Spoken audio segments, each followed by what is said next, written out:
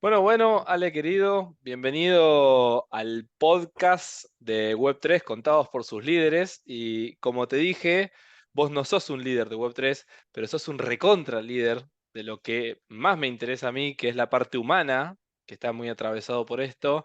Así que bueno, Ale, bienvenido, presentate Bueno, y arrancamos. bueno, mil gracias, gracias. La verdad, para mí un gusto, un placer, un privilegio. Nos conocimos hace tiempo y sabemos que tenemos una, una idea similar respecto a lo que implica la tecnología y de qué manera las personas somos la ventaja competitiva. Y en ese sentido, te diría que la presentación hoy no tiene sentido ver el pasado. Lo que tiene sentido es tratar de proyectar en conjuntos el futuro. Así que te cuente que soy contador de base o que tengo un doctorado en ciencias económicas no agrega absolutamente nada.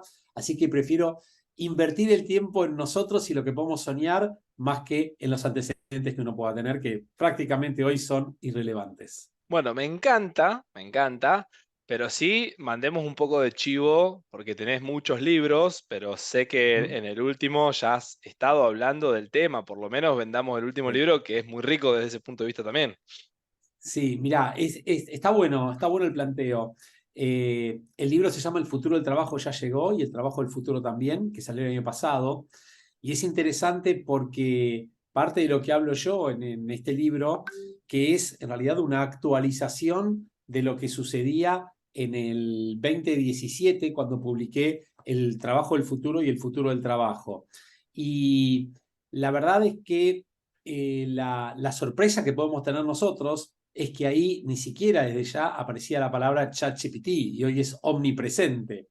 Entonces, el libro lo que trata de hacer es comentar todos los impactos que está teniendo la tecnología en el mundo actual, de qué manera lo que se llama la angustia de los robots y la pandemia impactaron en el mundo laboral y cuáles son las estrategias que tenemos que seguir. Y desde ya lo que trato de hacer es trascender la tecnología puntual que en ese momento esté desarrollándose, a los efectos de que todos podamos desarrollar nuestras capacidades y recursos internos para enfrentar de la mejor manera los desafíos que se nos van presentando permanentemente. Me encanta. Me encanta y un poco, digamos, la gran pregunta, por eso creo que esta es la pregunta por la que yo quería que vos estés acá, es Ajá. porque ahora con todo este auge de ChatGPT y la inteligencia artificial, en muchas charlas pasa, a mí por lo menos, que nos va a sacar el trabajo, ¿sí? O sea, se viene una gran revolución tecnológica y nos vamos a quedar sin trabajo las personas. Vos que estás metido en este tema, ¿cómo lo ves? Mirá, te cuento, en el 2018 estuve en un programa en el MIT que justamente se llamaba La angustia de los robots y el futuro del trabajo.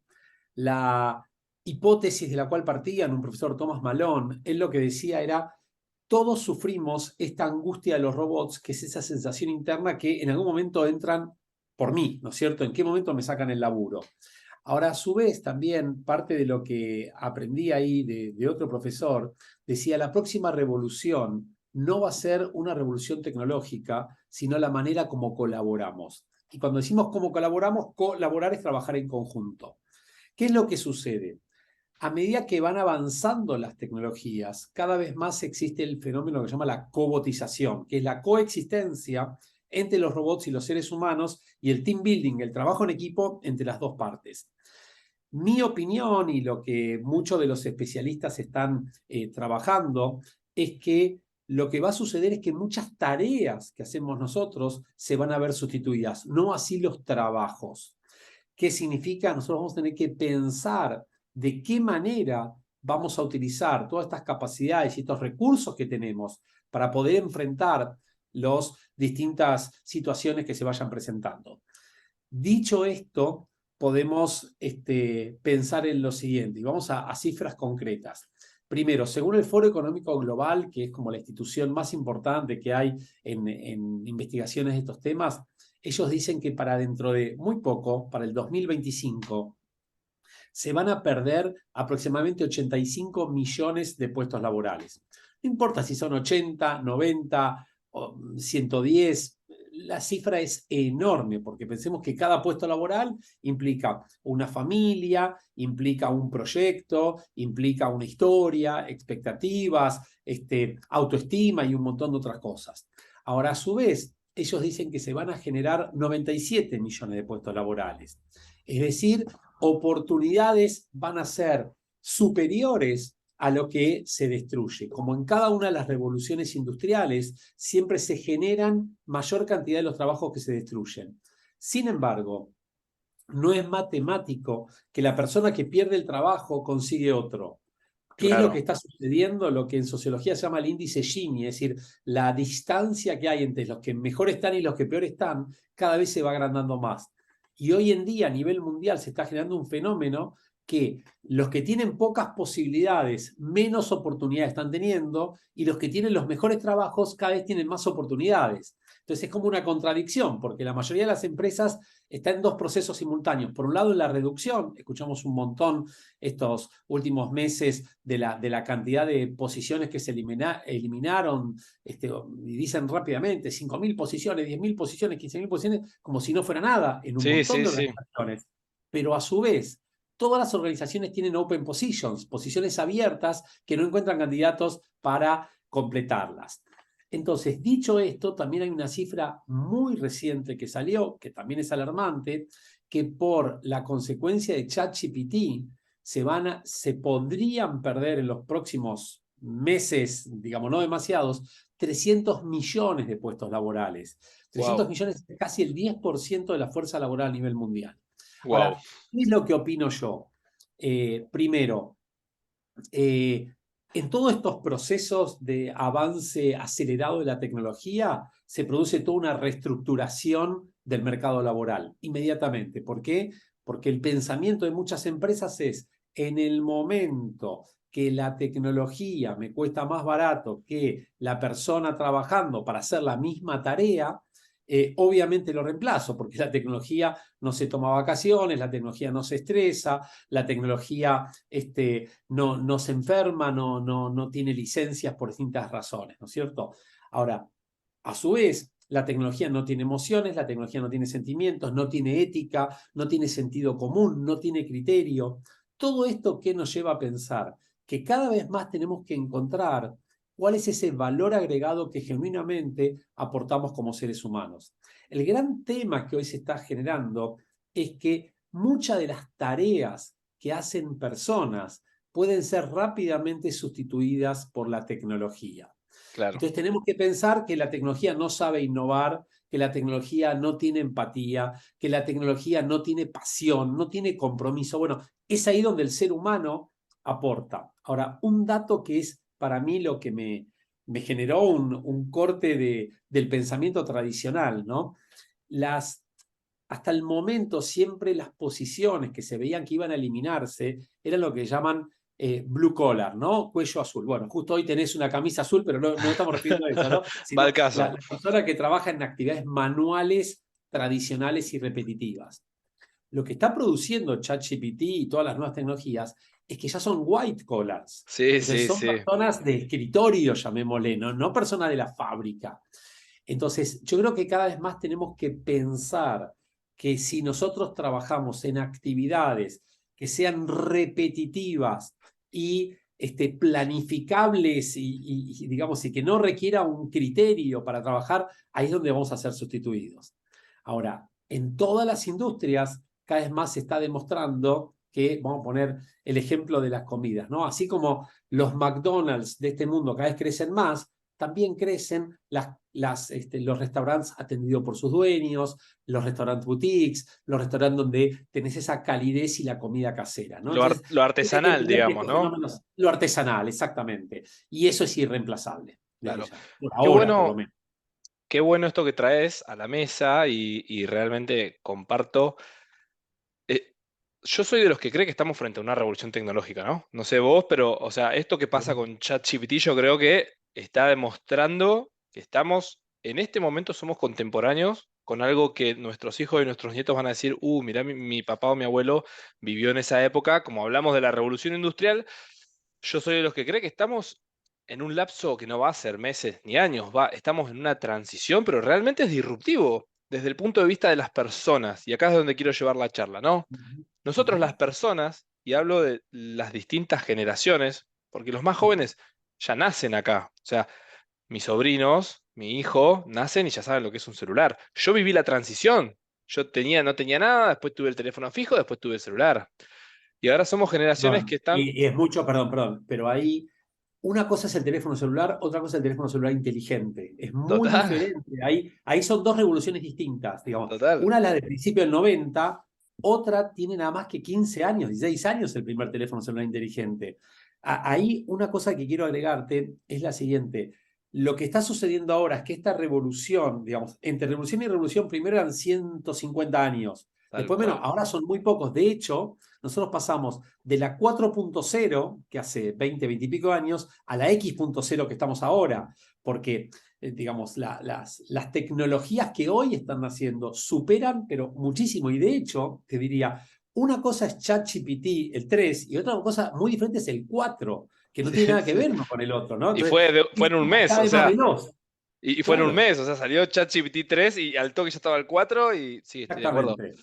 Mi pregunta es, las personas, ¿cómo recomendás vos, desde tu conocimiento, de poder transitar esto de la manera más amigable, y no solo desde el punto de vista del trabajo? Yo hablo desde la ansiedad, desde lo emocional, desde el estar involucrado en algo que todo el tiempo nos está cambiando. O sea, yo Claro. personalmente trabajo en una empresa, Accenture, que nosotros estamos acostumbrados desde la cultura de la organización al cambio, pero hay organizaciones que no, y hay personas que no, y de repente se encuentran que todo el tiempo le cambian la bocha.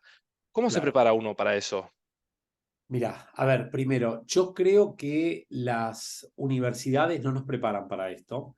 Y yo creo que tenemos que entender primero la distinción entre habilidades y capacidades. Las capacidades son aquellas cuestiones, aquellos recursos internos que te sirven más allá de la tecnología que se presenta en ese momento, ¿no? Entonces, la capacidad de innovar, la capacidad de crear, de influenciar, de liderar, de comunicarte, todas estas cuestiones que trascienden a la tecnología de turno, punto número uno. Punto número dos, desde mi punto de vista para las empresas, cuando a mí me preguntan cómo hago para seleccionar gente, pensemos, la mayoría de las personas que son contratadas en las empresas van a trabajar en cosas que no fueron inventadas aún. Cuando vos Claro, entraste en Accenture, nadie hablaba de Web 3.0, no claro, sí, existía ese sí, sí. concepto. Entonces, el punto que tenemos que entender es que las compañías tienen que contratar a las personas por dos razones. La primera de todas es por los valores. Los valores no se enseñan. ¿Los valores los tenés o no los tenés? Digamos, es claro eso, ¿no? No puedes ser un poquito íntegro. ¿Sos íntegro o no sos íntegro? O trabajás en equipo o no trabajás en equipo. Podés potenciarlo, pero es claramente o sí o por no. Punto número uno. Pero punto número dos, lo que más se está buscando hoy es la capacidad de aprendizaje acelerado. Si hay algo que a todos nos da una ventaja competitiva, es esa capacidad de aprender rápidamente, llamémosle el nuevo lenguaje, ¿no es cierto? Entonces, lo que hoy todos nosotros tenemos que entrenarnos es en esa capacidad. Y ahí tradicionalmente se hablaba de resiliencia, ¿no? Resiliencia es la capacidad de salir fortalecido ante una situación de crisis, ante una situación de cambio. Después evolucionó el concepto y se habla de la antifragilidad. La antifragilidad es aprender de cada situación, no para salir fortalecido y volver a la misma situación inicial, sino para salir superior, para estar preparado para la próxima situación que se presente. Ahora, todavía se sigue hablando, la palabra agilidad está presente en todos lados. Hay una evolución también del concepto de agilidad y hoy se está hablando de versatilidad. Versatilidad es la agilidad, pero como rápidamente adaptarte a lo nuevo y adaptarte al otro y adaptarte al otro. Es como ir tomando diferentes formatos. Yo te diría que la mejor recomendación que escuché alguna vez es que así como vamos al gimnasio para que nuestro cuerpo esté saludable, tenemos que ir al gimnasio en nuestra mente para que esté permanentemente con la capacidad de adaptarse a las distintas situaciones que se están presentando. Porque lo que está claro es que vamos a vivir muchas más. No es que llegó Claro. ChatGPT y ahí se terminó. Yo creo que dentro de 2 años, decir, ¿te acordás que hablábamos de ChatGPT? Es una cosa, es como, no sé, yo me acuerdo, si bien vos trabajás en Accenture, los orígenes de Accenture fueron Arthur Andersen. Yo trabajé 8 años en Arthur Andersen. Y nunca me voy a olvidar, y parece que fuera de la prehistoria, pero la primera conexión que tuve con tecnologías novedosas fue cuando entré en Arthur Andersen yo trabajé ahí, entré en el año 1988 a trabajar, estaba todavía en la universidad, y me acuerdo que me enseñaron Lotus 1, 2, 3, me acuerdo que era una revolución, y Claro. WordPerfect, ¿no? Y yo decía, wow, lo que es esto, ¿no? Y después evolucionó a Excel. Ahora, pensemos que Excel sigue estando, digamos, no es que dejó de Sí, existir, sí. ¿no? Y la verdad que todas se fundamentan en lo mismo, ¿no? Y es cómo hacer, perdón, imagínate en esa época no podías, y lo estaba pensando y el otro día leí un artículo que decía lo mismo, no podías llevar la calculadora a la universidad, ¿no? Después Sí, salió la sí. gran opción que podías llevarlo. Entonces, yo creo que, a ver, eh, primero hay un concepto que es interesante, es la distinción entre cambio y transformación. El cambio es cuando menos te resistís ante un estímulo externo. La transformación es cuando viene de adentro. Yo creo que la invitación que podemos hacer a todos es cómo cada uno desde adentro se conecta con eso. Cómo lo conecta con el deseo. Fíjate que en las organizaciones es una palabra muy poco presente, la palabra deseo, pero cada vez es más importante. Cuando vos querés hacer algo, la probabilidad de ocurrencia se incrementa exponencialmente.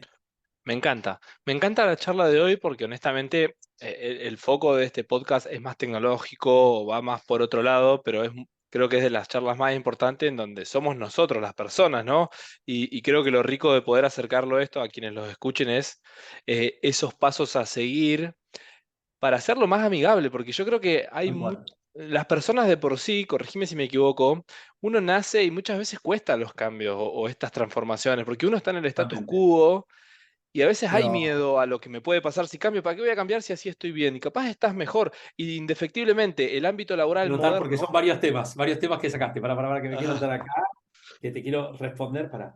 me encanta. Eh, Yo creo que lo eh, más importante eh, es que las personas entendamos que indefectiblemente la tecnología y el ámbito laboral ya exigen esos cambios. Si nosotros como personas no nos amigamos con eso, nos terminamos frustrando y muchas veces terminan en renuncias de personas de valor que yo las quiero tener en mi equipo y en realidad capaz se puede haber trabajado de otra manera, ¿no?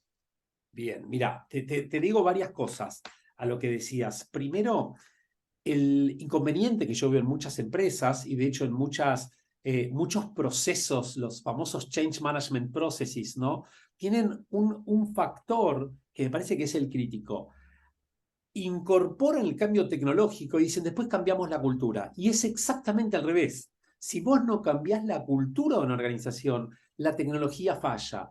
¿Por qué falla en el 75% de los procesos de cambio? Porque se piensa exactamente en la secuencia contraria. Cuando vos cambiás la cultura ya está preparada para adoptar cualquier tipo de tecnología. Ese es el primer punto. El segundo punto que me anoté es que vos hablabas de la palabra miedo. Y ahí aprendiendo del doctor Eduardo Abadi, que es un genio en estas cosas, él dice, sí al miedo útil, no al pánico inútil. ¿Cuál es la distinción entre miedo y pánico? Miedo, obviamente, son las precauciones que vos tomás ante una situación novedosa. El pánico es cuando el miedo se apodera de tu cabeza y solamente escuchás la palabra miedo, miedo, miedo, miedo, miedo. Entonces, el que no tiene miedo es un inconsciente, dice José Eduardo. Lo que tenemos que entender es que nosotros tenemos que atravesar ese miedo de una manera saludable, tomando las precauciones, pero no paralizándonos por el mismo. Y Me el encanta. tercer tema que vos mencionabas se denomina la paradoja del éxito. La paradoja del éxito, ¿qué significa? Como nos va bien, no cambiamos. ¿Por qué voy a cambiar esto? En términos futbolísticos, equipo que gana no se cambia. Es un Sí, error sí. garrafal. Error garrafal. Yo trabajé como coach en un equipo de primera. Y hablábamos con los jugadores, cada vez que ganaban, decíamos, bueno, ya está, el equipo no se cambia. No, cuando vos te va bien, es el momento de hacer los pequeños cambios, porque si no después es demasiado tarde. Entonces, conectando las tres cosas, te diría que ahí hay una cuestión que se analiza mucho y es que muchos piensan que el gran cambio es tecnológico. Para mí, el gran cambio es humano. Me El gran encanta. cambio es humano que nosotros pensábamos que íbamos a tener. Mira, el primer día que entré en Arthur Andersen, 1 de marzo de 1988, nunca me voy a olvidar, nos sentaron ahí y nos dijeron, ustedes van a trabajar acá para toda la vida. Y excepto que nosotros los desvinculemos, el concepto ahí era up or out, o subís o te vas todos los años. Y la verdad que yo dije, qué raro esto, ¿no? Toda la vida en el mismo lugar, ¿no? Digamos, es medio Bueno, de hecho, Arthur Andersen desapareció después del caso Enron. Menos mal que me fui antes, ¿no? Digamos, yo tuve 8 años ahí, después dije, voy a buscar otro destino. Yo creo que, como dice Yuval Noah Harari, la clave es ir con la mochila bien liviana. Estar nosotros ágiles para poder rápidamente adaptarnos. Cuando vos tenés la mochila muy pesada, dice él, es como que te tendés a quedar en un status quo, ¿no? Y creo que hoy lo que se nos propone es todo el tiempo es nuevos desafíos, nuevas oportunidades, y cuanto más abramos nuestra cabeza, más posibilidades tenemos de estar en esa frecuencia, ¿no? Me encanta. Estamos muy alineados, honestamente, todo lo que decís lo comparto y bastante. Ahora yendo un poco más a mi campo de juego, ya hablamos mucho de la tecnología y lo que yo más quería llevarme en esta charla, pero ahora te llevo al ámbito Web3 y lo que empiezan a ser espacios inmersivos y de realidad mixta, de realidad aumentada. Eso más referido también a metaverso. Y por otro lado, todo lo que es el ecosistema de tokenización, NFTs, blockchain, esto de tener mi identidad, mis activos digitales. Eso también es muy disruptivo, o sea, porque partamos de una base que vos te pones, no sé si has tenido la experiencia inmersiva, pero es como que estás en Sí, otro sí, lugar, que cuando pasás sí. cierta cantidad de horas o de rato, ya empezás a sentirte ahí. Todos esos cambios también son muy disruptivos desde las personas. ¿Cómo lo Sí. ves? Definitivamente, yo creo, a ver, de hecho, cuando cualquiera de nosotros por primera vez se pone esos anteojos así y empieza a hacer la experiencia inmersiva, se siente perdido y perdés la conexión con lo actual e inclusive si no tomas las precauciones te caes rápidamente, ¿no? Digamos, es como que... Ahora, yo creo, te voy a ser honesto, creo que estamos en el Lotus 1, 2, 3 de la web 3.0, como se llame, ¿no? Eh, yo creo que a lo que vamos no va a tener, es como, a ver, te voy a hacer una analogía, ¿no? Es como que en algún momento vamos a, como hoy decimos, de los primeros teléfonos celulares, que era el zapatófono ese grande, en algún momento vamos a decir, ¿te acordás cuando usábamos todo eso para la web 3.0? Yo creo que lo que se va a venir es algo en lo cual primero van a estar más sentidos puestos ahí, es decir, vamos a tener cuestiones que ver con el olfato, con el tacto, es decir, por ahora es más que nada la vista, ¿no es cierto? Y el oído lo que está. Me parece que vamos a tener más sentidos. Creo que va a marcar una nueva era en los vínculos humanos. Creo que vamos a poder ir a lugares, no sé, en algún momento vamos a decir, ¿te acordás cuando teníamos que tomar un avión para ir a tal lugar? ¿Te acordás cuando teníamos que ir a la oficina para trabajar? Me parece que van a empezar a suceder ese tipo de cosas. Y nuevamente, yo creo que lo único que me asusta es que muchas personas piensan que eso es dentro de 50 años, ¿no? Y me parece que está mucho más cercano. La, el proceso de digitalización son 6 Ds de la digitalización. Los últimos dos son la desmonetización y la desmaterialización.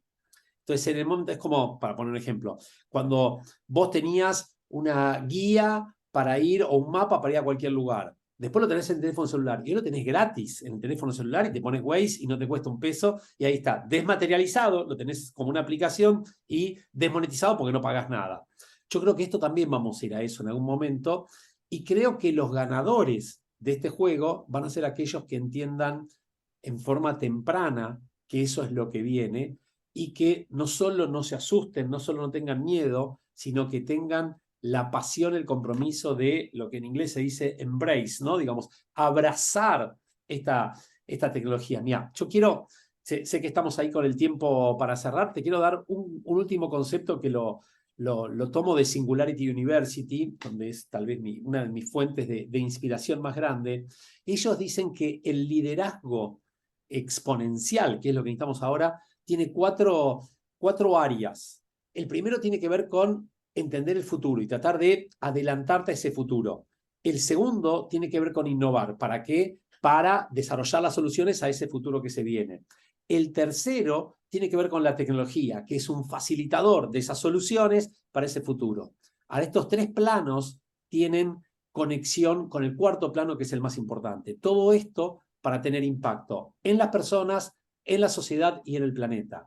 Si entendemos que todo esto que estamos haciendo es genuinamente para impactar en las personas, en el planeta y en la sociedad, bienvenido. Y si no, ahí está el error. Los que piensan que es la tecnología por la tecnología en sí misma, no entienden cuál es el nuevo juego. Y tal vez ahí lo que hay que entender es que no cambiaron las reglas de juego, sino cambió el juego.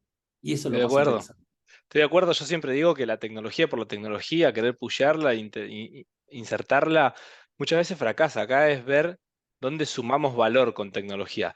Y antes de pasar a la última pregunta, quiero Sí, aprovechar el espacio a recontra agradecerte porque realmente poder tenerte a vos acá hablando de esto, honestamente muy agradecido porque sos un referente, yo siempre te he escuchado en la radio, te he leído, así que poder tenerte acá para mí es un un gustazo. placer. Y me gusta mucho que gente como vos participe de estos espacios, que a veces los escucha una persona, a veces los escucha 10.000, pero es como poder llegarle a esas audiencias y a esos rangos más jóvenes que a veces están en estos lugares y escuchando a gente que sabe. Así que en serio, muy agradecido, Ale, ya te lo dije fuera del Un vivo, placer, pero Axel. muy contento.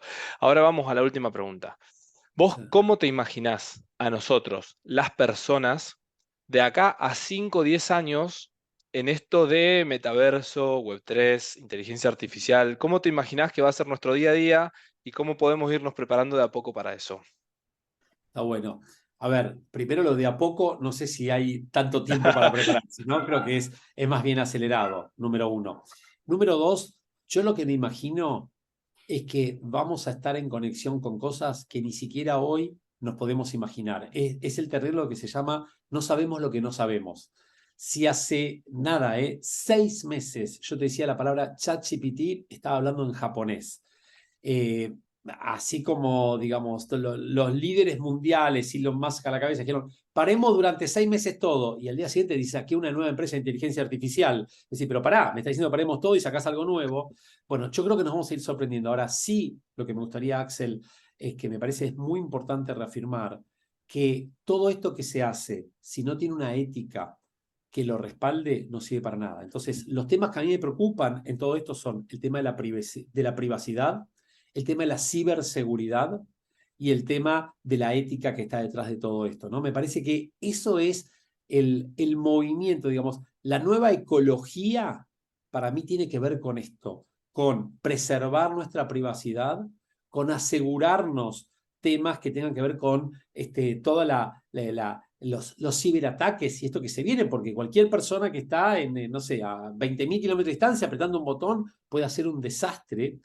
Me parece que es importante y tiene que ver básicamente esto con la ética, que son los valores. Y a mí sí lo que me parece es que nosotros los seres humanos hay algo que trasciende las tecnologías del momento y es la ética con la cual nosotros nos enfrentamos. Y me parece que eso, como el otro día estaba en una compañía que me mostraron sus valores y decía, la ética es innegociable. Yo pondría el mismo claim acá, ¿no? Digamos, creo que la ética con la cual enfrentamos esto es innegociable y ahí sí somos imbatibles. Me encanta, Ale. Terrible cierra. Cerramos con eso. Somos imbatibles y la ética no se negocia. Ale, querido, gracias por participar. Un abrazo enorme. Por favor, un placer, gracias por la invitación. Chao, chao.